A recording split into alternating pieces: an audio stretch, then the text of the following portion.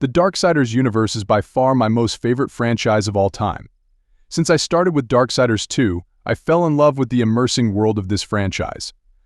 So much so that I played all the other games, read all the comics, and even bought The Art of Darksiders 2 and Darksiders: The Abomination Vault. I loved it so much that I even started this YouTube channel in summer 2022, now having 700 subscribers. Thank you guys.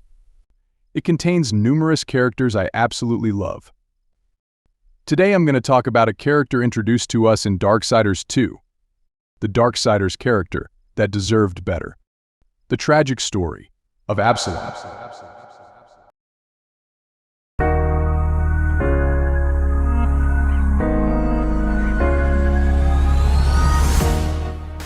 Absalom is a character which was first introduced to us in August 2012 and was designed to play the role of the main antagonist in the form of corruption in Darksiders 2.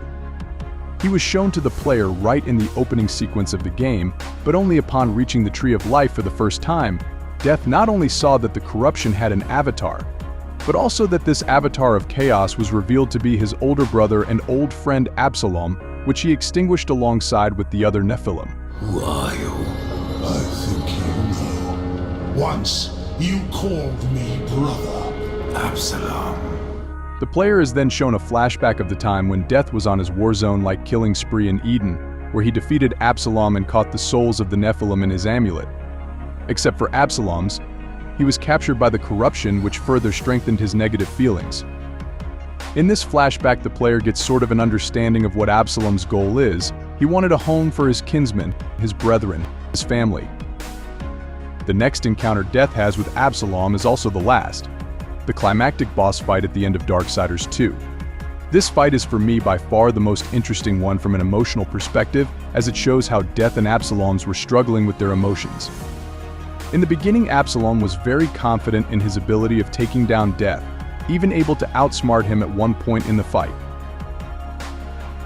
But when Death started countering him on different occasions, Absalom was shown fighting reckless, not thinking about his actions and just swinging his weapon without any strategy at all. It was shown multiple times that Absalom grew frustrated, and even the player could see that his rage and blind hatred took over, which ultimately resulted in his loss. There are mixed opinions about the Absalom lying on the ground dialogue. Some say it was his last trick to corrupt Death or ultimately kill him. Others say that in his last moments Absalom showed his old self when he was one of Death's closest friends or relatives. I tend to neither of these sides, as I could also agree on both being right simultaneously, as corruption was shown to be a thinking entity which could have taken over Death in his sentimental moment with Absalom. The reason I find this fight interesting from Death's perspective has multiple reasons, which I will discuss in his very own video. If you'd like to see something like this, just write at Death in the comments and feel free to give me a like, so I know if you would like something like this in the future or not. You can also write me some suggestions for other characters or video ideas. You can also subscribe to not miss your requested video.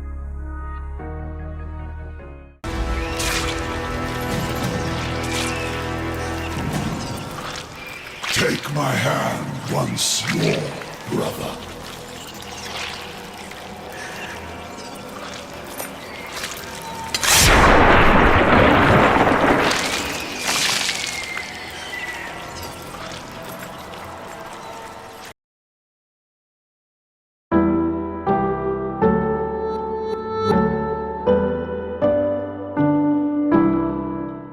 Absalom's role in the story was very blatant.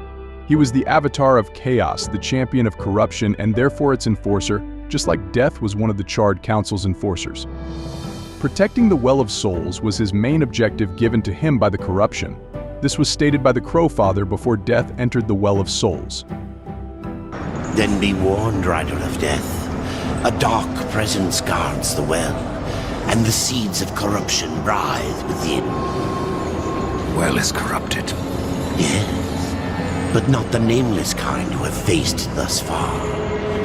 No. Corruption has chosen a champion, a voice to sound its clarion call. His motives, on the other hand, are far more interesting than his actual role as the antagonist. As previously mentioned, Absalom's goal was to find a home for his kin, but he did this in a wrong way. Instead of searching for a realm that could be habituated, he ordered the destruction of these realms, making them inhabitant in the end. This aggression towards other realms most likely comes from the fact that the Nephilim never got a realm for themselves, because they should have never existed in the first place. Abandoned by all of creation, Absalom rampaged through the realms with the mission of revenge, hatred, and hope for a home. The reason that makes me like Absalom is that his character is written like an anti-hero, similar to Death, and the fact that I personally can understand his actions and his rage towards Death.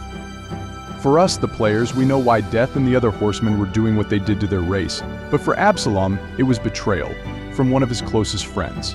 As we know through the Abomination Vault, Death is part of the older generation of Nephilim, just like Absalom. So Absalom and Death knew each other longer than anyone else. They both slaughtered dozens of races back to back, destroyed the Ravaim, and created the abominations. What I especially like is how Absalom is conducted, and how easy it would have been to turn him into a protagonist, and how easy it could have been to turn Death and the other horsemen into the antagonists. If you are familiar with the manga series Berserk, Absalom is the guts to Death's Griffith. For everyone who's not familiar with Berserk, there will be a huge spoiler for the series. If you don't want to be spoiled because you're reading it right now, I'll leave a timestamp for you in the left corner of the video. You have been warned. For everyone still here is a quick recap of the first third of the story Berserk.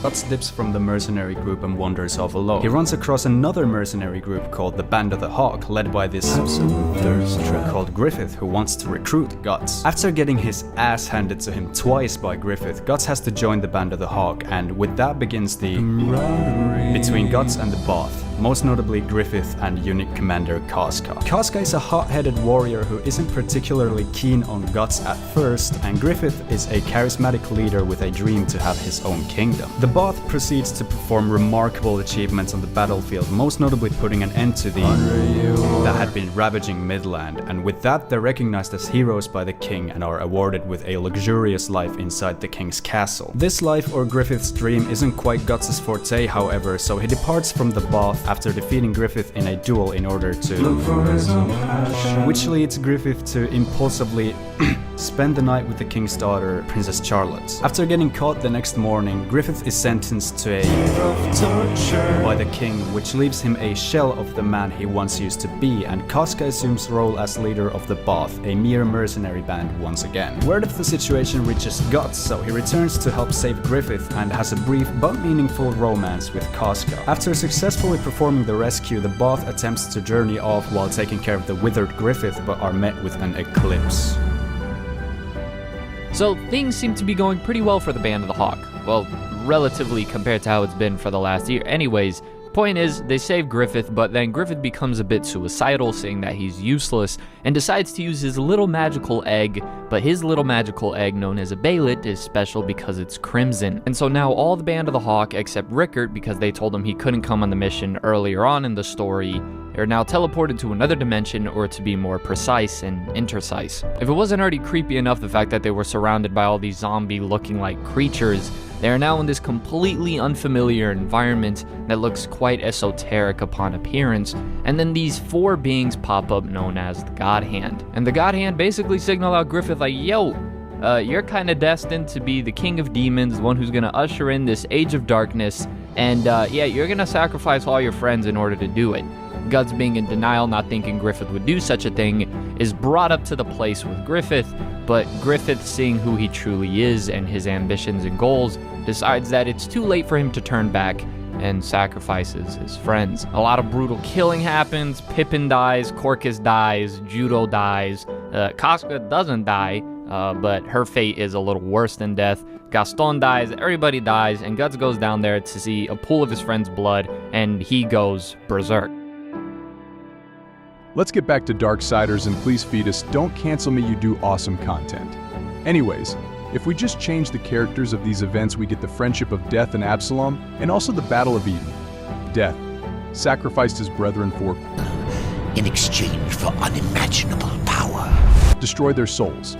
The Charred Council plays the role of the God Hand. The Four Horsemen play the role of Griffith, while the Nephilim and Absalom play the role of the Band of the Hawk and Guts. If you read Berserk, I am very sure that Guts is not a character you despise or dislike, right?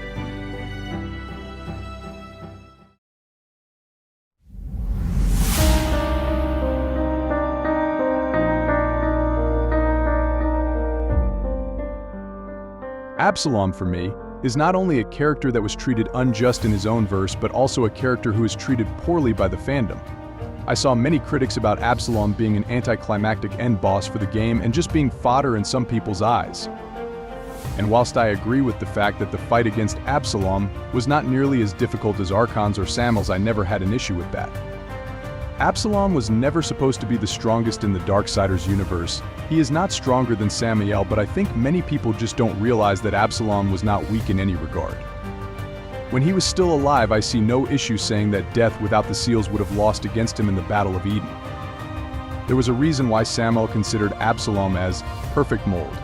I am pretty sure that if Absalom had not been consumed by corruption, that he could have grown in strength more than we could even imagine, as his potential and strength was even acknowledged by the strongest.